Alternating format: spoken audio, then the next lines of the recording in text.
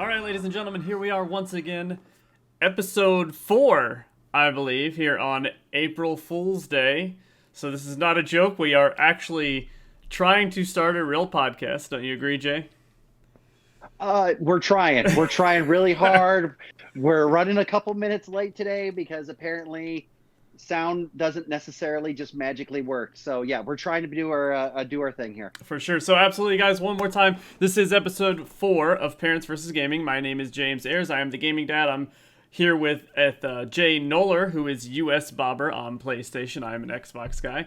And here we are just kind of discussing the rules of parents versus gaming and their kids gaming and kind of the do's and don'ts and maybe some just advice and suggestions on how to do things.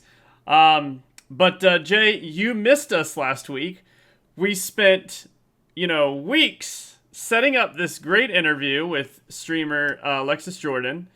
And Jordan joined us, and, due to some issues, I believe, you're going to go into a little bit of detail. Maybe you have some fun stories to us as to why you kind of missed out on this last week. Look, I'm only looking over here at the door to make sure my wife is not anywhere within earshot. But you're right. We had everything set up. We talked to her ahead of time. I said I was ready. I was good to go. And then it was just chaos. We were supposed to be doing the sunset. Sorry. For those that don't know, I was actually in Zion National Park last week.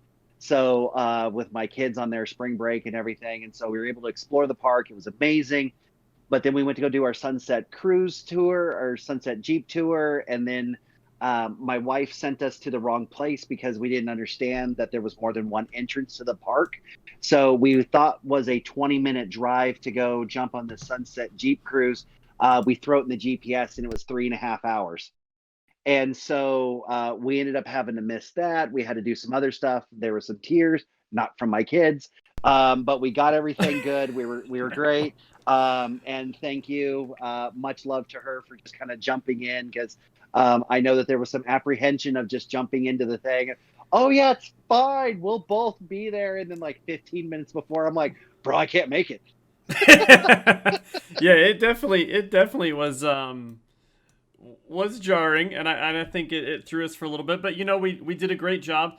We did such a good job that actually, for those that are listening in that have started to follow us, I know there was so much great feedback last week with Jordan. I actually spoke with her today, and starting next week, she's going to join us full time. We're going to be a 3-person panel, which I think is great because Jay and I are both old and dads.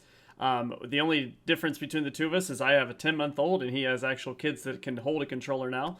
But Jordan, being a 22-year-old female streamer, even though she grew up in gaming, she just adds such a great dynamic to the team, I think, and I'm super excited, Jay, to have you on at the same time as her and for the three of us to bounce ideas off of each other because I think she brings in such a unique take. So she officially accepted that today, and so starting next week we'll have her. And then, of course, we still want to go forward with some of the guests. I know we're still looking to get someone for kind of the autism side of things. I'm reaching out to Able Gamers, if you know them. Do a lot of things for kids with disabilities, and hopefully we can get someone from there on the channel. And I know you've obviously got some guest possibly in your back pocket that I don't want to, count my chickens before they're hatched, but hopefully that comes to fruition. So we've got a lot of great things lined up for everyone that is tuned in, and I hope you guys go along with this. So with that being said, let's kind of jump into our first topic, Jay. I got into a little bit of a debate with someone. Not a debate, but someone posted something last week that really kind of threw me off, and their straight up post was, if there was one thing in the world if I could take away, it would be video games. And it was in reference to the fact that her kids seem to not be able to handle taking a game away from them. So before I dive too deep into it, I kind of want your opinion on, just from the onset, without getting too much context, what's your thought when you see something like that they just want to take it away because their kids freak out anytime they try to remove it? Do I know this person? No, Do we no, need no, to no, go no. No, you go don't. throw You blows don't. real quick? No, you don't. Um, so the podcast person in me goes, "Oh, Yeah, no, we can definitely talk about that. And then the adult and parent in me go, well, it's time for you to step up and be a parent and lead by example. So, there's a couple of different ways to kind of chew it up. And I think that, you know, just, oh man, that's definitely something that we can talk about. But it seems like a lot of these topics, and especially as you and I are doing these episodes, these topics are really bigger than gaming. Mm-hmm. It's the introduction. I mean, we talked about it not not last week, but the week before of of just kind of the introduction of games and like the progression of games and content of games and everything. And I really think that that kind of comes back to this topic as well is how do you make sure your kids got limits? I mean, video games aren't going anywhere. Netflix binge watching isn't going anywhere. Alcohol isn't going anywhere. Vices aren't going anywhere. I mean, it always seems like every time you and I talk, we're like, okay, let's have these like little small topics and we'll kind of chat about them. And then once we start talking about them, we realize that it's really speaking to larger societal pieces as a whole. Okay, now I want to go a little bit deeper. I want to give you more context to this now because Oh, I did ask. I said why, and I'd love your honest opinion and kind of want a little bit more context. Now, to give you a little bit of context to who the person is they're an art teacher. They're very hmm good with art, right? So they are phenomenal. They're a great mom. They're a great family person, and they're a very happy person, right? So they're not someone that's super harsh and doesn't think, they even played video games as a kid as themselves, and I know this for a fact. So the response was, and I want you to listen to this. I teach visual arts. I like having a tangible product that I can show that I spent my time and efforts on. Okay, so it's hard to wrap her mind around virtual stuff, which I get. I also have to teach media arts, which is digital art, and for me personally, I need to touch the paint, I need to touch the paintbrush, I need to touch the clay, or whichever medium that we use to work with. The tangible product is something that I can show others what talents that I possess and how my hands and mind have created something beautiful. I see long-term effects of children not being able to write, draw, cut, color for longer than 10 minutes because their dexterity is not consistent or exercised. They type. So she's not saying they have no dexterity. They're just not having right. it in that way. They have great dexterity in typing and things like that. Their hands are used in different ways, therefore, their fine motor skills seem to suffer. They struggle with drawing. I also see that in my own children who are 11 and 5, both boys, struggle with their temperament. Whether I give time restraints or warnings, there are still issues with turning off the device. They struggle with separating the real world with the gaming world.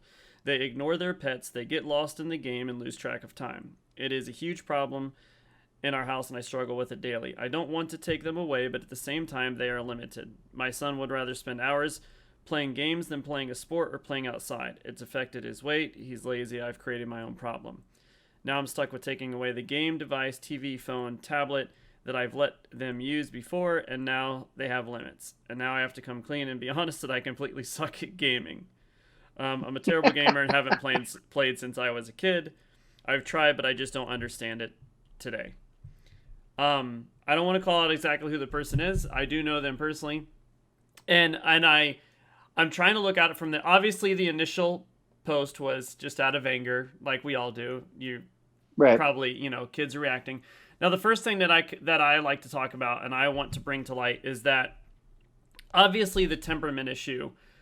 You can probably remember when you were a kid, when I was a kid, I had that same temper tantrum if my parents tried to take me off the basketball court.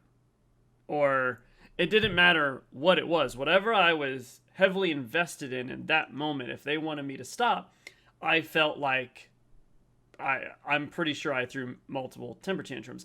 So my first thought is that it's not the gaming that is causing the temperament. I think you're going to get that same temperament behavior no matter what it is.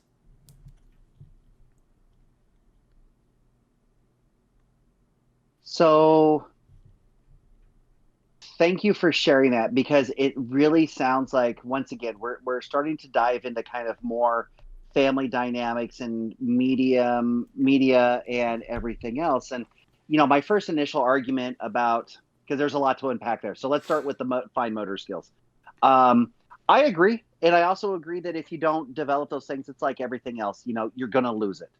My son's handwriting is atrocious. So is mine. Atrocious. Yeah. And guess what? Like, you got to work on it. You have to work on it. And we made it a point of emphasis here the last month or so. And his handwriting has gone up substantially in the last month. We were actually just talking about that a couple hours ago before he went to bed. So it's like anything else.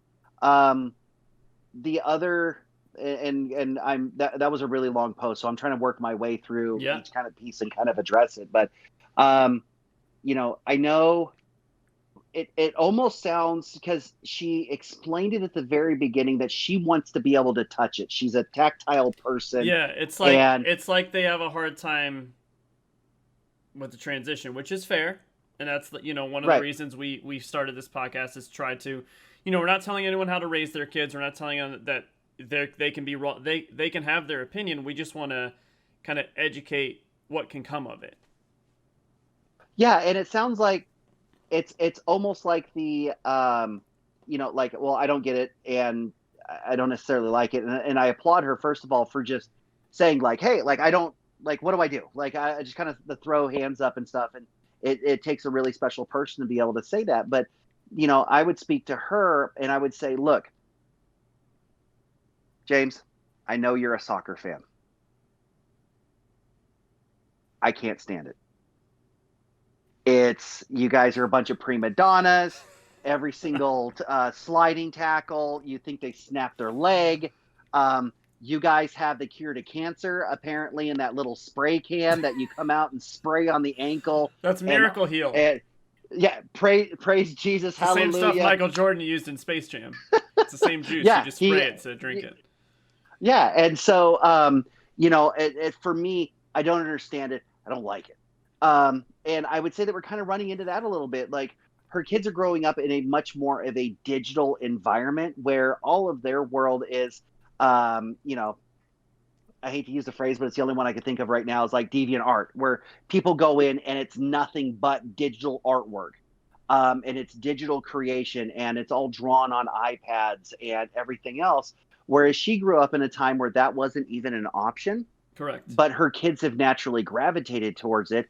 And I would almost challenge her to kind of go and look and see what is created now, even from a practical standpoint. I know you and I are talking about logos and making this a real podcast and looking good.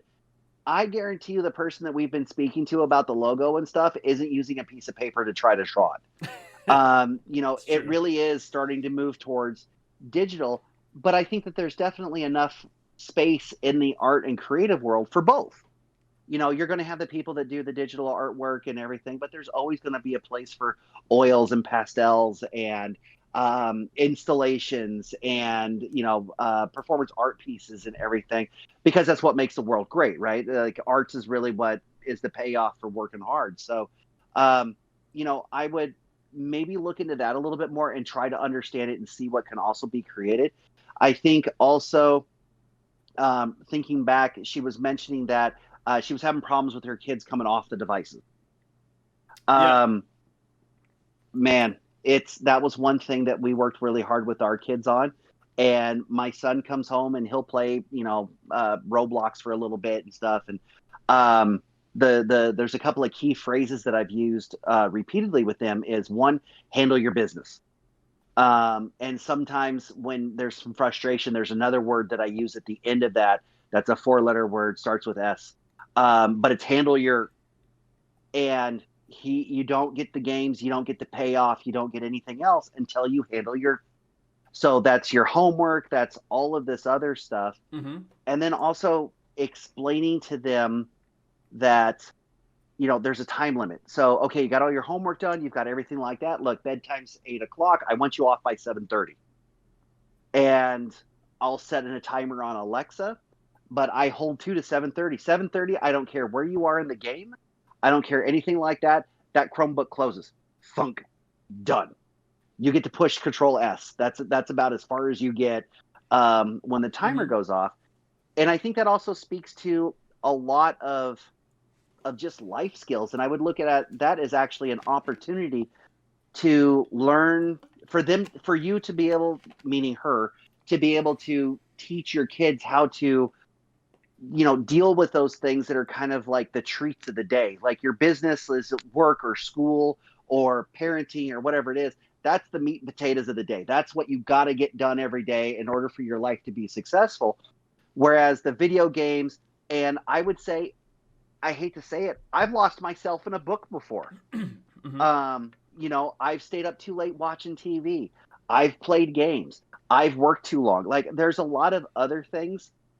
And I think that you just kind of use gaming as the scapegoat to kind of sum up all of it. And that's what you kind of focus in on, because that's the one piece that you don't notice. But I'm sure her kids have stayed up reading before. And, the lazy piece of it is, thinking back to what else you just mentioned, is they're fat and lazy and don't want to go outside and everything else. It's okay to come home and be like, no games today. Go play outside. Sorry. And there's a lot of days when it hasn't happened. And when my kids ask me, Dad, why I want to play games, I look at them dead in the face and go, because you need to exercise. And with that context, I want to jump in real quick. We got Crash in the chat here. He says, I played video games for hours as a kid, but if someone said, hey, let's go play baseball, soccer, basketball, anything outside, we drop it and go outside. Blaming video games is recognizing that you aren't connecting with your kid. I don't know if I would go that far, Crash. I would actually say this.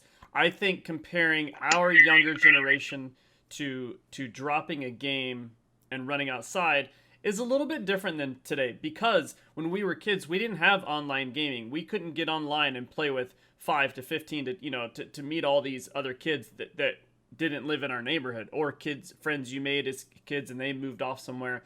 So I can't just, before it'd be one or two of us in the basement playing Mario Brothers, and another friend would knock on the door and say, hey, let's go outside and play some baseball or play basketball. And you'd be like, okay, let's all go play together.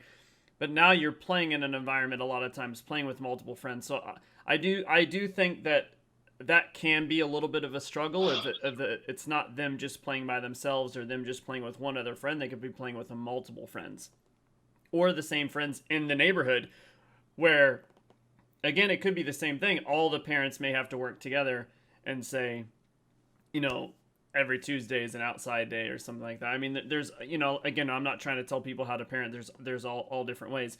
The other thing I want to bring up in regards to the temperament, funny enough that we're talking about this because briefly got brought up on IGN's Game Scoop. Justin Davis has a younger daughter, and he talked about how she's starting to play games now, and he sees a side of her that he's like, he hates it, because he sees her getting frustrated with the game or getting angry, and she has this like anger. And as a father, he's like, oh, I don't like that. But he struggles being in the gaming industry. He looks at it a little bit different, right? And he struggles with the fact that, how does he say as a parent that that's wrong to act that way when he knows today's world a lot, and we've talked about this on the first 2 episodes, helicopter parents, right? Parents that, like you said, your kids, if they're going to play a game, they play it out in the open, so you're there. But Jay, you have to be honest, when you were a kid, when I was a kid, I'm sure when many people that are older were kids, our parents weren't that interested in the video game, so we played by ourselves. So when I got pissed off at the game and threw the controller against the wall or wanted to toss my Nintendo out the window, my parents didn't witness any of that. Well, now, because parents make their kids, and they should, games are a lot more adult, and there's a lot of reasons to watch them. But I think today's generation is seeing the frustration and thinking that it's new, and forgetting that when we were kids, our parents just might not have seen that side of us sometimes. Well, and I would actually challenge anybody who's saying that to go, hey, drop your kid in an organized soccer game, and I guarantee you those same range of emotions are going to be played out whether you see it or not. Correct. My kid that's what he was getting at. Yeah, because my daughter, we say, her name, don't give a shit. And that's what we say all the time, because she doesn't. She is an animal when it comes to being insanely competitive. My son too. Guess where they got it from? And my wife. Your wife. Yeah. So it's the both of us, but they're insanely competitive. And every time that you see that, you should be thankful that that's an opportunity for you to be able to walk them through those emotions. That's true. Because we've been able to walk my son, like, we don't really play board games in our house because inevitably someone is talking mad shit at the end of it and someone else is in tears. And it's Are you upset to be frustrating, in it's tears around your annoying. kids, Jay? I'm not a big crier. Not a big crier. I'm pretty even keel, so not a big crier. But I am on the piss side when I lose. But Shocking. the but here's the thing: we make them play board games with us anyway because it's an opportunity for us to elicit those emotions, and then be able to walk them through that. Like, hey, yes, losing sucks. I don't want you to ever be comfortable in a competition with losing, but you do have to be a gracious loser. You still have to be a professional. You still have to have sportsmanship. You still have to look the other person in the eye and say, good game. And then you figure out your game plan for the next time that you play, and you better not lose that damn game. So there's, a lot of parenting opportunities, and it's okay for something to explode. And I think that's where a lot of parents are getting kind of, off kilter, like, oh my God, my snowflake, she's so sad. Be like, yeah, she just got her ass kicked in this game, or she just lost a soccer match or something like that. That's a part of life. And if he or she doesn't go through that now, you don't want Correct. them going through that when they're 16, like, because it's already done and they've already formed their personalities and everything else. So I would actually encourage having those types of emotions, as long as you are there to be able to put it in context and then also be able to help walk them through it as a parent, like you would with anything else. Like, your kid didn't come out of the womb like, bam, walking. No, it took time, it took encouragement, it took working them through it. And it's just like everything else, even with emotions, like, you got to suck at something before you become good at it. That's very true. Um, I'm still waiting for you to get good at Call of Duty, but that's for another show, I think. Bro, I am still trying to download this massive effing update, and you can't see it. And I think I talked to you about it previously. Is trying to like do this like add-on because I want to play with you after this podcast, Mm-hmm. and it gets up to like 7 gigs, and then it just backs off and resets. So I don't even know what's going Wait, on. I So I do have a simple fix for you. I am not getting an Xbox. I'm just saying that I haven't heard any Xbox players have any issues with the download today or yesterday. Hang on a second. How's that dev error going for you? They fixed it. Sorry, I was Supposedly. Supposedly. Oh man, yeah. The bugs in online games today definitely can ruin it. Now I've got a question of the day. I actually had someone reach out to us, because we're talking about what games we think are appropriate, and I'm gonna pose this to the chat room as well while we continue on, and we can revisit this because I'm sure you're like me, Jay. You might not remember. I remember this game, but I don't know if it's appropriate. So I had a mom reach out to me and say, hey, my kid really wants this game. They're 6 years old. It's Need for Speed Hot Pursuit. Now, it's the remastered version, which tells me this game was probably early PlayStation 2 era. I'm horrible. I don't remember exactly. From what I remember, Hot Pursuit was the one where it's a lot of cops and robbers, but I don't remember if there was any violence in it, if there was talking. It's mainly just car racing. Somebody's a cop and someone's a, So if anyone in the chat thinks about it, if knows that there was any language, I don't really remember. I just remember kind of like driving. You were either trying to escape from a cop chasing you, or you were a cop trying to catch someone. The only thing I could think of for like that era of games is every once in a while they'd have a cartoonish kind of flag drop girl, is really kind of what I remember from those like eras of games, is like really the only thing that I was. think you're It's I not. think you're talking about Cruising USA. Yeah, I might actually be going a little too far back. It's not Leisure Suit Larry. You're gonna be fine. Need for Speed or Yeah, I don't remember anything that stands out. And I Yeah, played the because heck out it of that was game. later that they got into the storylines, right, with like actual talking and stuff. Now I know somebody in the chat says not for they don't think it's good for 6-year-old because of violent accidents, but I knowing this person, I think they're already letting them. I mean, there's no difference than, I mean, playing Gran Turismo or, I would say Forza Horizon is fine for a kid if they want to play a driving game, and there can be just as much in that. I did tell them that it was, as far as I know, it's almost like a, you know cops and robbers type deal. So they're, if you're a cop, you're trying to crash the person, trying to pull them over because there was no like they didn't stop. So, and if you were driving, you're just running over everything to get there. So, I'm hoping that it also, they say it also promotes violence against cops, which a kid that age might not be able to understand correctly. Yeah, I can definitely let them know that that's something. Again, I think that comes down to what the parent can. But I appreciate that, Crash, in the chat. I'm gonna pass that on, because that's what this is about. It's about advice, not necessarily what we think, but just educating a parent on what type of game that is and what it can. That's perfect. Saying it also promotes violence. So as long as I think they're aware and they can help their kid understand, I think it would be me personally is going to be up to the parent. But I love hearing the feedback and knowing exactly what is kind of in the game. Jay, any thoughts on how you would handle that? Like, if your kid wants to play it, they're younger, and you see that kind of violence, how do you go about making sure they know it's the difference? Just like we had a question before, the art person was struggling. Their kids struggle with the video game world and the real world. So how do we make sure this isn't a case of a 6-year-old seeing that you can just run a cop off the road and knowing that that's a video game and not real life? Well, the good news is they got 10 years to figure out that they can't actually do that in real life before they actually get a driver's license. So cross fingers on that one. But and I think we mentioned that maybe the first week is you really have to be in tune with your kids.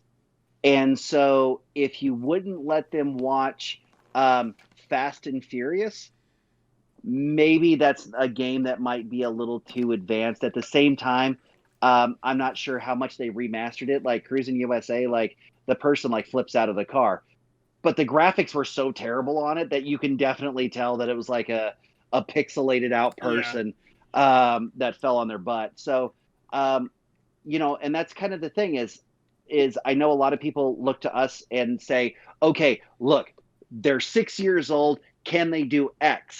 And you and I think both kind of had that agreement of there's a lot of other questions that need to go along with that before you can actually answer, because there is no black and white. There's no definitive answer. It's all shades of gray, and developing that relationship with your children so that you can make that good decision on their behalf, or how to explain to them that they're not quite ready for it yet. Um, and that's kind of the challenge. Like, it was really funny. So probably an overshare, but when I was like in middle school, I really wanted to watch a couple of horror movies that came out. And my parents basically sat me down. They're like, look, you suffer from night terrors still. Like, why would you want to watch this movie and cause you even more like sleeping problems than you already had? And because my parents had always been really upfront and honest with me and really talked about the reasonings and what's going on, um, I held off a couple of years, and I'm glad I did. But now I love scary horror movies, but I just wasn't quite ready. But my parents were able to sit down and explain to me, like, look, you already can't sleep as it is. You already wake up in the middle of the night screaming. Why are you going to watch Freddy Krueger like go into people's dreams and cut themselves up and everything else? So, like, Jay, this is a recipe for disaster. You can do it if you want, Yeah, but absolutely. it's terrible. And that's kind of just my parents. I had a great experience with my parents in that particular situation, being really in tune with what's going on and sitting down and just talking to me. That's true. It's true. I think that can go a long way. Just to help understand the difference. And as as we're in a society that's constantly worried, are they getting too much of this, too much of that? And I think it's like, especially coming from a video game background when a lot of parents are nervous about what kind of content their kids may or may not be seeing. I think people that love video games like us, you also kind of fall into that camp of telling every parent to be overly cautious because you're tired of hearing the, oh, it's their, my kid grew up this way because of video games. Oh, they did this because of video games. So now it's kind of like, it almost feels like we're in a corner where we're like, oh, maybe they shouldn't play that because I don't want to hear this. Oh, they did that because of a video game. You know, so I think it goes, you know, you've got the extremes of two sides and you've got to find that balance in the middle like we always come back to. Well, it's really the bell curve. Like you're always going to have it's what you can always point to one extreme example of, oh, well, that person played video games for 8 hours a day. And the only difference between them and a professional was a professional got good and got paid off of it. And this person wasted 4 years of their life trying to be something that they couldn't achieve. And I snap around and go, yeah, like, 99% of all high school athletes or 99% of all college athletes never turn pro. And so, it's weighing the pros and cons. And, I think it's just good life advice to make sure that everything's in balance. Yeah. Your gaming, your entertainment part, your meat and potatoes part of work and everything else. And there's something to be said for, for making sure your soul's fed. All right. So, yeah, it's true. No, yeah. I'm processing what you're saying. It's definitely true. And I'm trying to jump into our next topic all at the same time. Or we're just going to keep going in circles on this one. So last topic of the day. Sorry, we've got an extra special guest. Oh, let's see in the camera. Who do we got here? This is my dog, Gracie. Gracie. So apparently, she's deaf. But she just woke up and came in for her evening scratchies. What kind of dog is Gracie? For those not on camera here. Aussie Red Heeler mix. Okay. She's about 14 years old. Beautiful dog. Beautiful dog. Yeah, for those just listening to the podcast version, we had an appearance by a dog, so you'll know what we're talking about here. So the other thing that I heard very interesting, conveniently enough, also on IGN's Game Scoop, there was someone that wrote in and they talked about Nintendo games and how their kids can't play them at a young age. Oh. Even though, now keep in mind, Nintendo games are geared towards younger kids with an adult side in mind as well. Whether it's Mario games, the Zelda games, older crowds play them now, but they've always been for kids. And nobody really argues that. Now, what's frustrating for her kids and for the mom that had written in, I believe it was a mom, the amount of text in a Nintendo game, there is no speaking. And they were wondering, why doesn't Nintendo include any voiceovers? Because they're younger kids that can't read, don't understand what the heck is happening in a game. Now, IGN's defense was, Nintendo's kind of stuck, if you think about it. Because the little, like, mumbling voices in Animal Crossing or Mario, or can you imagine if they gave Mario an actual voice? Or gave somebody from Animal Crossing voices and Link all of a sudden have a voice? The community would lose it. Like, they would go nuts. Somebody said, do I know why Link doesn't? I don't know the actual reasons behind everything, but it brings up a good point. Does Nintendo, are they just stuck? Do they not care? Do you find the games to be inaccessible? Or do you think their games, and this is my opinion, because I played some of those games before I could really read when I was really young, I think the games are so easy to understand. The texting part of it almost brings a storyline for adults, but for kids, they don't care. I don't really think that it hinders them from playing some of those games. Now, Animal Crossing is a little bit different, right? Because it's sending you on quest, and if you don't know what they're asking you to do, you're constantly asking your parent, what does this game want me to do? So I just want to, as a parent that's gone through this, and now obviously your kids are older now, but you had kids that couldn't read, I'm sure, when they first started playing the games. How was that? Did that ever come across as an issue for you? have a slightly different opinion. I have the fourth opinion. I thought it was fantastic because it forced my son to read. And it drove him nuts that he didn't know what was going on in Animal Crossing and these different animals and everything. And it forced him to slow things down. And if I wasn't around to help walk him through it, he would have to sound everything out. So I'm actually of the fourth opinion of I don't want like to be easy. I wanted him to be forced to actually read what was going on. I'm a big proponent of kids' development of reading more than videos. So he doesn't really watch videos and stuff. If he wants to read reviews, I let him do that. And yeah, he doesn't make it through a lot of it, and there's some comprehension that's lost. But I think it's a big skill to be able to read and comprehend and understand. Because you're right, there's been times when he's like, "Dad, I don't get where X is," and I'm like, "Well, we'll pull it back up." And I'm like, "Oh, buddy, you kind of butchered that paragraph. Like, let's try this again because you're actually looking for just a butterfly, bud. You've already got one." So there's a lot of different things on that.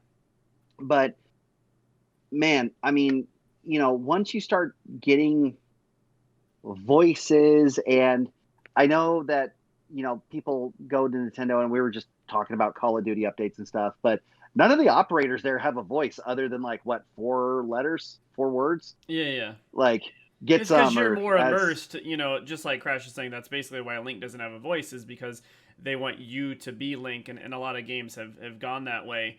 So I totally get it from an immersion standpoint. I understand what the creators are trying to go, but this was just kind of an overall opinion on kids' games. Most of them don't have voices, and they're especially Nintendo, more than any other company probably, is text-based gaming. All the way down to even the Pokemons, and I mean every kid's game is nothing but text-based. And like I said, I'm sure that is a design choice they've just always decided to stay with. And if they ever left it, I'm sure the outrage against them would be overwhelming, and they could lose sales. On top of the fact that now if you add voices, you've got to look at multiple different languages. You've got to hire voice actors. All that stuff starts to get extremely expensive, right? So definitely changes the cost and the development of the game. I mean, so I think they're kind of stuck the way they are. And I'm kind of the opinion, I'm with you. I look at it the exact same way. When Parker's old enough to start playing games, I'm going to be excited to be able to read the games with him. But I also want it to be something else that, yeah, he's excited about this game. He's also reading. So let's put the two and two together.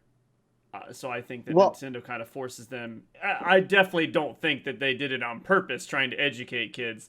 I just think that inadvertently you can use it as a teaching tool as a parent. Well, and I think it kind of originally started off as the 8-bit games with Nintendo and everything.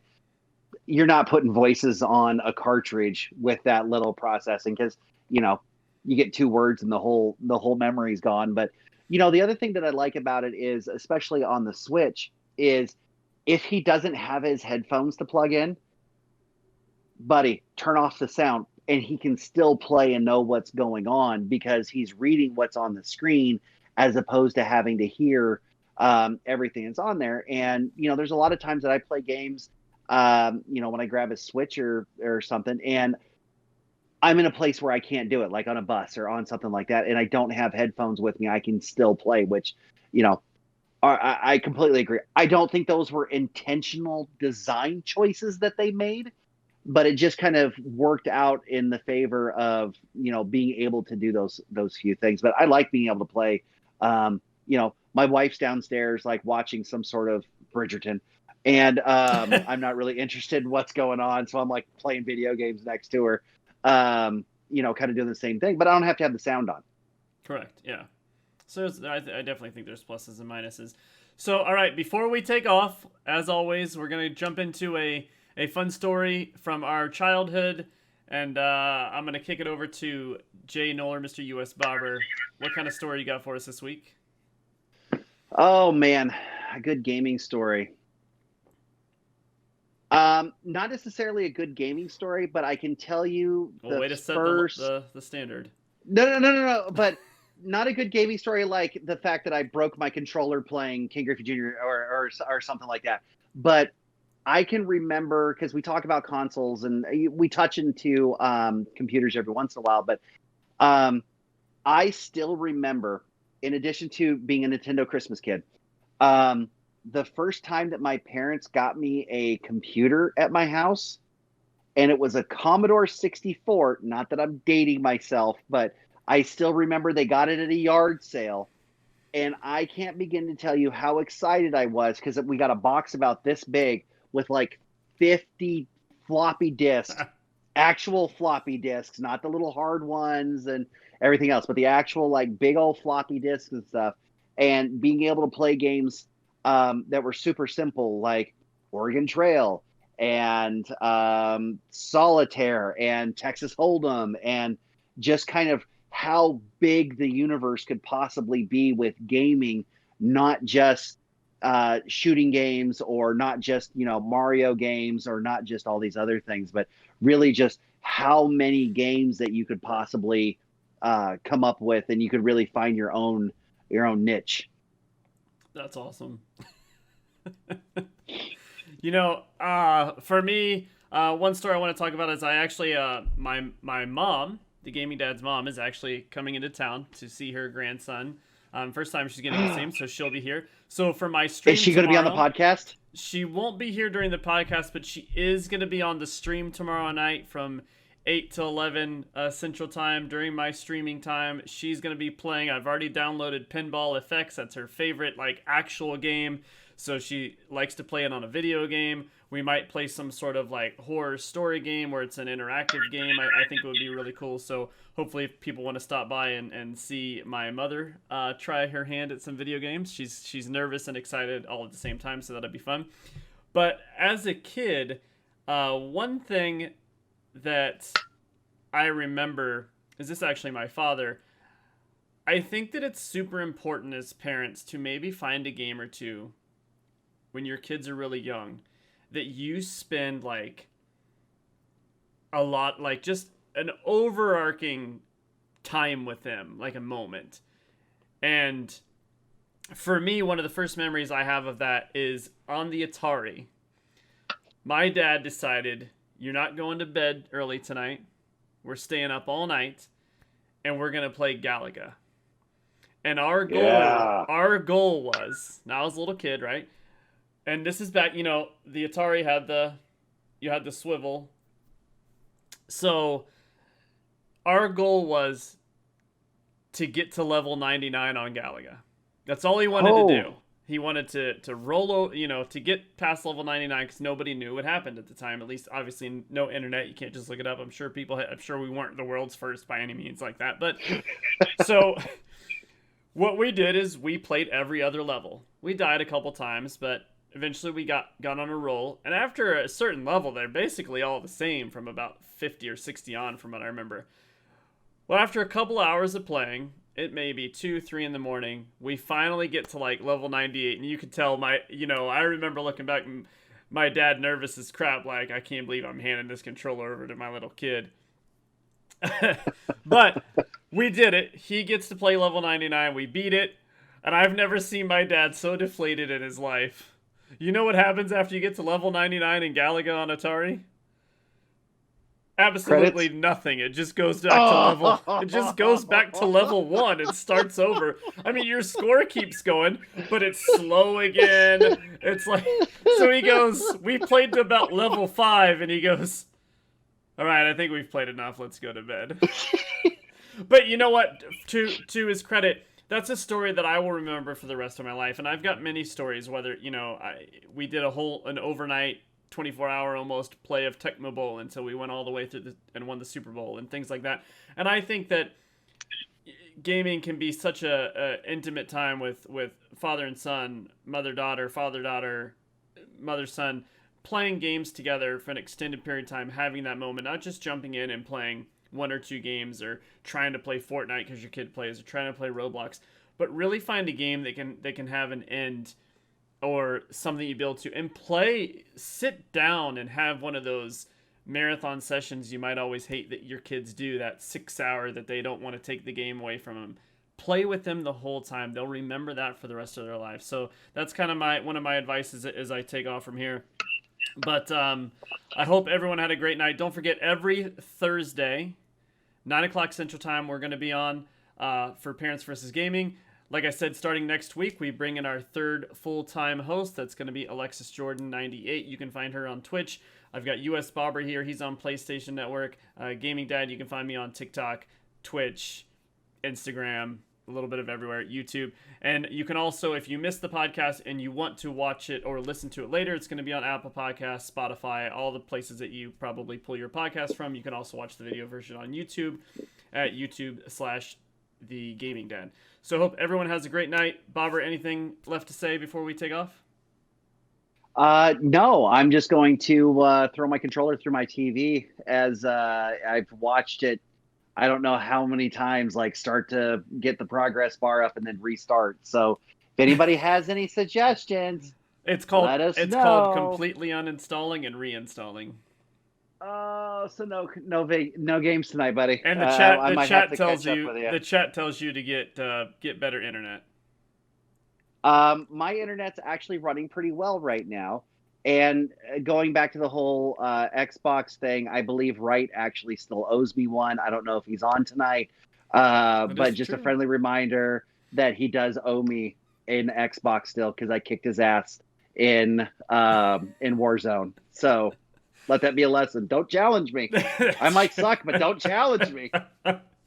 All right, everyone, ladies and gentlemen, thank you so much. I hope everyone has a great Easter weekend. We look forward to seeing you next week. And like I said, Alexis Jordan will be here. So have a great night. Thank you very much, guys.